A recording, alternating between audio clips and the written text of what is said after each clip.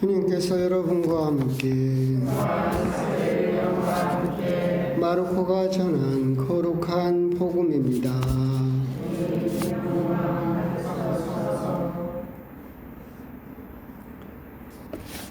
그때 사도들이 예수님께 모여와 자기들이 한 일과 가르친 것을 다 보고하였다.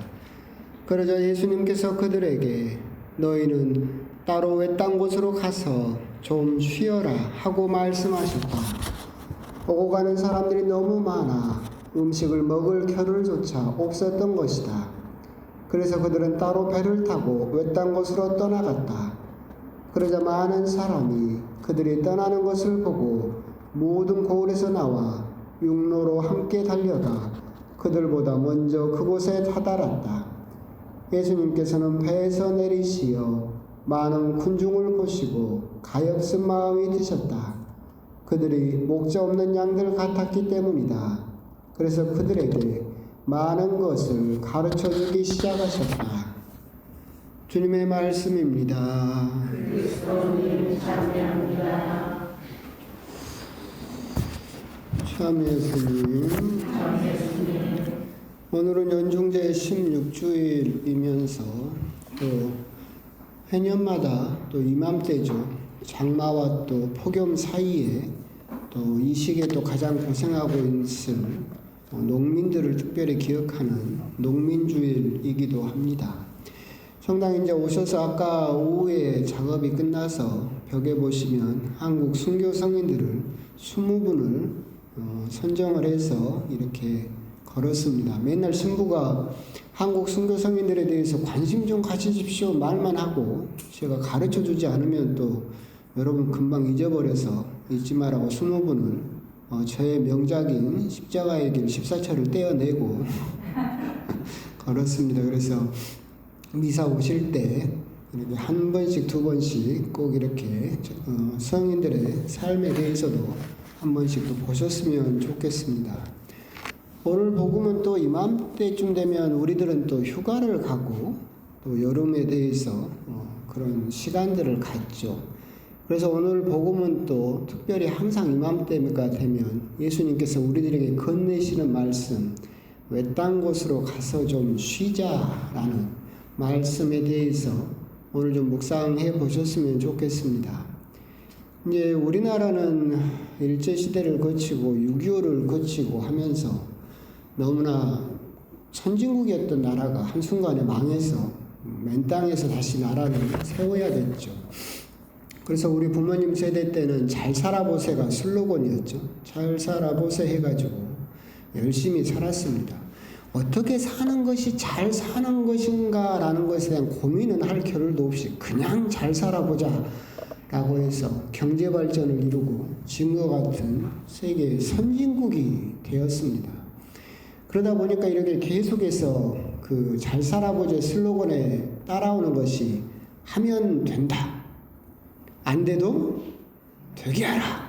그 슬로건으로 죽자 사자 살았습니다. 그래서 지금 됐죠.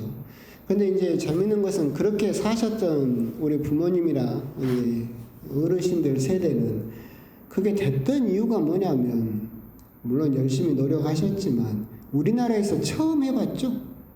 내 앞에 누가 해본 거하고 비교당하지 않고 그분들이 한 것이 최초였고 처음으로 하는 거였어요. 그래서 이제 지금 세대, 우리 자녀 세대들에게 똑같이 요구를 하죠. 봐라, 나는 됐는데 왜 너는 못해? 그러면서 지금 우리가 요즘 유행하는 말이 뭐예요? 라떼는 그러잖아요. 라떼. 근데 우리 아이들은 지금 부모님하고는 다르죠. 비교 상대가 있어요. 누구? 부모님 세대. 부모님 세대는 위에가 전쟁으로 싹 망가져 버렸기 때문에 비교할 상대가 없었잖아. 그냥 하면 됐어. 그러면 잘 되든 못 되든 그건 업적이었지. 근데 이 자녀들은 지금 뭘 해도 누구하고 계속 비교돼요? 윗세대하고 비교되는 거예요. 너 그것밖에 못해? 나 때는 말이야. 이렇게 되는 거죠. 그러다 보니까 지금 사회를 피로사회라고 부릅니다. 피곤한 사회예요. 왜 피곤하냐면 끊임없이 윗세대와 비교되면서 어떤 성과를 내야 되고 그런 결과를 내야만 사람들로부터 인정받는 시대. 그래서 피로사회, 라고 부르죠. 그런데 거기서 버텨내기 위해서 필요사회는 필연적으로 주거에도 나와 있지만 무슨 사회를 가져오냐면 도핑 사회를 가져오죠. 그렇죠. 성과를 내야 되고 결과를 내야 돼요. 그러니까 그런데도 삶이 피곤해도 그 결과를 내기 위해서 죽자 사자 살아야 되니까 뭘 먹기 시작하는 거예요? 커피, 에너지 드링크. 계속해서 각성 상태를 유지하면서 죽자 사자 결과물을 내야 되는 그런 도핑 사회를 불러오게 됩니다. 제 동생도 서울에서 대기업에 있긴 하지만 아침에 가면 1리터짜리 커피로 시작을 해요. 하루 온종일 이걸 마치 무슨 환자가 닌겔 꽂고 다니는 것처럼 커피를 하루 온종일 들고 다니면서 끊임없이 각성 상태를 유지하면서 어떤 성과를 내야 된다라는 그런 어떤 압박감에 시달리는 그런 피로사회가 지금 현재 우리나라의 사회다라고 이야기를 하고 있습니다. 그래서 자조적으로 우리 아이들이 하는 말이 그거예요. 한다고 되디? 옛날에 우리 부모님들은 하면 된다! 근데 요즘 세대는 뭐예요? 한다고 돼? 이런 자조적인 말이 나올 정도로 그러게 됐죠. 근데 이제 그런 결과, 성과, 이런 거에 대해서 계속해서 우리들은 압박을 받다 보니까 휴가, 쉬는 것도 어떻게 쉬어요? 무슨 결과가, 성과가 있어야 돼요. 예를 들어서 너 휴가 갔다며 뭐 했어? 휴가 가서 하긴 뭐래? 휴가 가면 뭐 해야 돼요? 쉬어야지. 뭐 하고 쉬었어? 어디 놀이공원 갔어? 뭐 했어? 보여줘봐.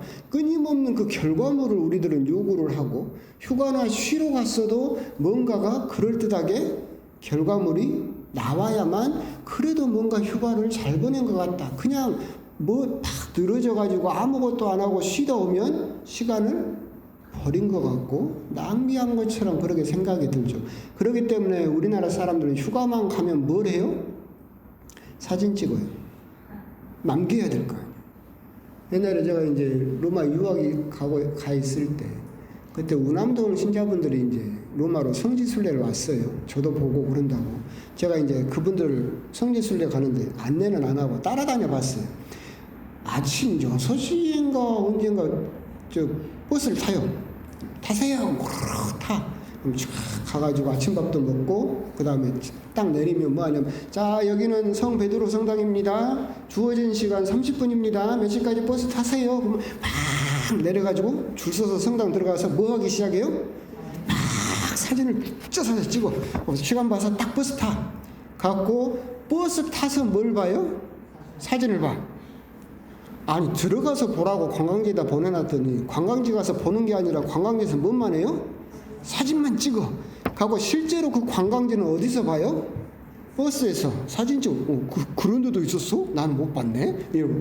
그 다음에 딱 도착하면 이제 바오로 성당입니다. 거기 4대 성당을 가거든요. 자, 바오로 성당. 자, 20분입니다. 몇 시까지 버스 타세요? 그러면 막 가가지고 또 뭐예요? 사진만 죽으라고 찍고 와가지고 버스에서 보는 거야. 그러니까 우리들이 그렇게 어디 이렇게 여행을 가거나 휴가를 가도 죽으라고 사진을 찍는 이유가 뭘까요? 갔다 와서 다른 사람들에게 보여줘야 돼. 이게 내 성과다. 이게 내가 휴가를 갔다 온 결과물이다. 그러면 그걸 본 사람들은 뭐라고 이야기를 해요? 휴가 잘 갔다 왔네. 이렇게. 그러니까 우리들은 그런 경제 발전에 잘 살아보자라는 것을 어떻게 세뇌가 되다 보니까 휴가, 쉰다라고 하는 것도 어떤 성과가 있어야 되고 결과가 있어야만 쉬어도 잘 쉬었다라고 생각을 해버리는 거예요. 그래서 쉴 때 그냥 시간을 아무것도 안 한다라고 해버리면 시간을 낭비한다라고 생각을 해버리는 그런 생각들을 또 가지고 있죠. 근데 우리들은 거기에 대해서 조금 생각을 달리할 필요가 있어요. 쉼이라고 하는 것은 주거에도 실었지만 쉼이란 단어는 숨 더하기 쉬다 라는 단어가 합해져서 쉼이 됐어요. 그럼 쉼은 뭐예요? 숨을 쉬는 거예요. 숨 안 쉬고 쉬는 사람, 살 수 있는 사람 있어요? 없어요. 근데 우리들은 계속 쫓기다 보니까 숨도 제대로 못 쉬고 그냥 막연히 열심히 살고 있는 꼴이에요. 생각을 해보세요. 우리 삶에서 휴식이 없다 그러면 우리 삶이 얼마나 힘들겠어요. 고통이죠. 정말로 노고예요. 그리고 아까 들어올 때 성가 여러분들 불렀지만 성가에 쉼표가 없으면 숨표가 없으면 어떻게 돼요? 죽어요. 숨 딸려서 그러잖아요. 대나무도 이렇게 자라다 보면 마디가 있는 이유가 뭐예요?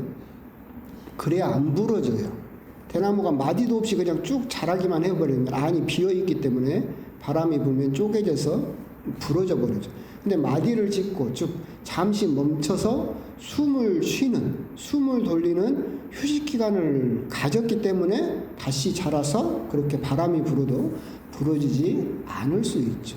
오늘 예수님께서 외딴 곳으로 가서 좀 쉬자, 열심히 일하고 온 제자들에게 너 뭐 했냐? 누구에게 어디까지 갔냐를 성과를 물어보시는 것이 아니라 첫 마디가 좀 쉬자라고 하신 것은 결국은 우리들에게 주시는 또 하나의 어떤 중요한 메시지이지 않는가. 우리들은 쉬는 것도 그저 바쁜 일상 중에 그냥 해야 되는 또 다른 성과를 내야 되는 그런 경로라고 생각을 하겠지만 예수님께서는 우리들에게 쉼이라고 하는 것이 우리 삶에서 얼마나 중요한가, 또한 우리 신앙에서도 얼마나 중요한가에 대해서 우리들이 조금 다시 생각해 보도록 초대를 하고 계신다. 쉰다라고 하면서 사진 찍고 뭔가 결과를 내야 된다라는 생각에서 벗어나서 하느님 안에서 온전히 쉬는 것, 그것이 바로 예수님께서 바라시는 참된 쉼일 수 있다. 그렇기 때문에 오늘 복음도 그렇지만 예수님께서 쉰다라고 하실 때 함께 쓰신 단어 중에 하나가 뭐냐면 머물다예요. 머물다. 그러니까 하느님 안에서 쉬는 것은 어떤 대단한 기도를 하고 대단한 뭔가를 해내는 것이 하느님 안에서 쉬는 것이 아니라 그저 막연히 하느님 안에 머무르는 것, 그건 역시 하느님 안에서 쉬는 아주 중요한 또한 방법이지 않을까. 오늘 복음을 통해서 선교 여행을 마치고 흥분해 있는 제자들에게 성과를 묻는 것이 아니라 쉬기를 먼저 권하셨던 예수님의 그 모습을 보면서 우리 역시도 그냥 참된 쉼, 숨을 쉬다라고 하는 우리들에게 숨을 쉬게 해주는 쉼에 대해서 한번 곰곰이 또 묵상을 해보셨으면 좋겠습니다. 그러면서 잔소리처럼 이런 이야기도 드리고 싶어요. 예수님께서 그러셨잖아요. 나는 안식일의 주인이다. 사람의 아들이 안식일의 주인이다 라고 말씀을 하셨죠. 우리가 지금 미사를 드리는 이 날은 주일이죠.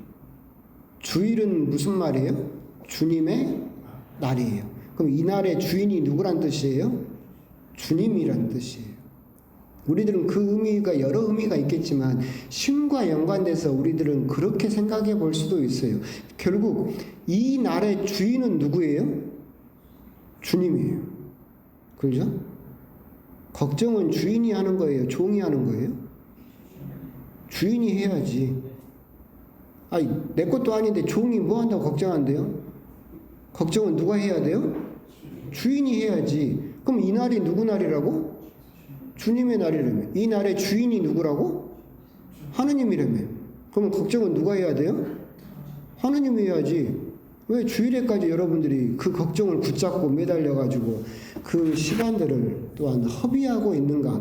결국 하느님께서는 모든 날의 주님이시지만, 주인이시지만 주일에 대해서 주일까지도 어떤 일에 매달리고 걱정에 매달리고 그런 염려에 매달려서 그 거룩한 날을 또한 이렇게 낭비하지 말고 어쩔 때는 그런 생각을 해보셨으면 좋겠어요. 아, 이 날은 주님의 날, 주인은 하느님이시다. 그러면 이제부터 하느님이 걱정하시죠. 하느님이 알아서 잘 준비해가지고 월요일부터 나 좀 잘되게 해주시고 나는 당신 안에서 그냥 숨쉬고 쉴랍니다 라는 그런 마음이 진정한 또한 주일에 또한 다른 의미이지 않을까. 그래서 오늘 주일을 여러분들이 지니시면서 여러분들은 이 날의 주인이 아니다. 그렇다면 걱정은 주인인 하느님에게 맡기고 여러분들은 그 하느님의 사랑 안에서 온전히 숨 좀 크게 쉬고